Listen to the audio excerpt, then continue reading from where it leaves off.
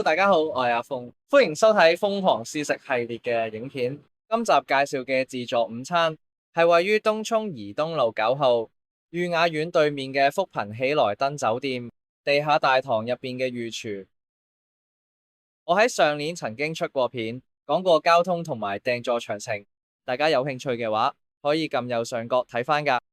喺香港東涌福朋喜來登酒店嘅官方網站進入御廚頁面。酒店每隔一段時間就會轉主題，直到6月29號都係以港式自助餐為主題。酒店依家做緊4人同行1人免費嘅優惠，價錢已經包括埋加一服務費。今日雖然係平日，但係今次港式主題吸引咗唔少人嚟食，而且食物種類比以往豐富，飲品區有唔少種類嘅茶包同咖啡提供。亦都有檸檬茶、冬瓜茶。餐廳食物分類清晰，先帶大家行一圈，睇下有啲咩食先。車仔麵有好多種類嘅食材同埋麵類。中式例湯、腐竹雞蛋糖水、玫瑰露渣奶球、Gulab Jamun、雜菜咖喱雞、港式咖喱雞、狗仔粉、滷水拼盤、蒸魚、時蔬、炸豬手粒、炸豬大腸、椒鹽拼盤、魚肉碗仔翅、生菜魚肉、周記醬料手工燒賣，係懷舊手工燒賣，全人手包，每粒大小不一。另一項香港懷舊小食格仔餅，食客可以自製格仔餅，整幾大塊，由大家話事。一開始因為唔識得倒粉漿，倒嘅份量唔夠，所以製成品唔夠飽滿，賣相較差。後嚟有職員指點，喺格仔餅機正中央嘅位置倒大量粉漿，啲粉漿會自動向四邊流落去，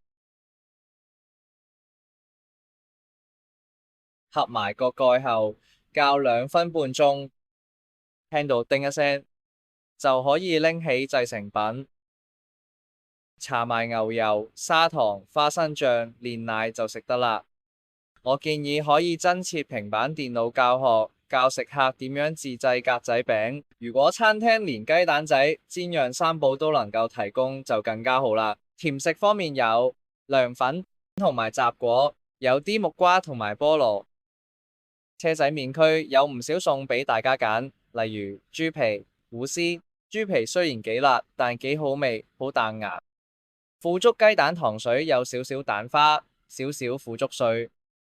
稍為稀，唔會好甜，有腐竹味。狗仔粉雖然煮得有啲腍身，但係好惹味。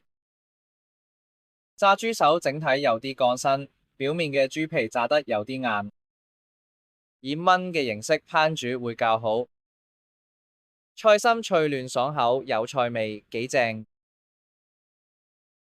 滷水拼盤入邊有豬耳、鴨肉、五花腩。鴨肉肉質唔夠滑嫩，有啲過老，肉質柴咗少少，應該煮耐咗啲。五花腩炆得夠晒入味，好嫩啊，好好食。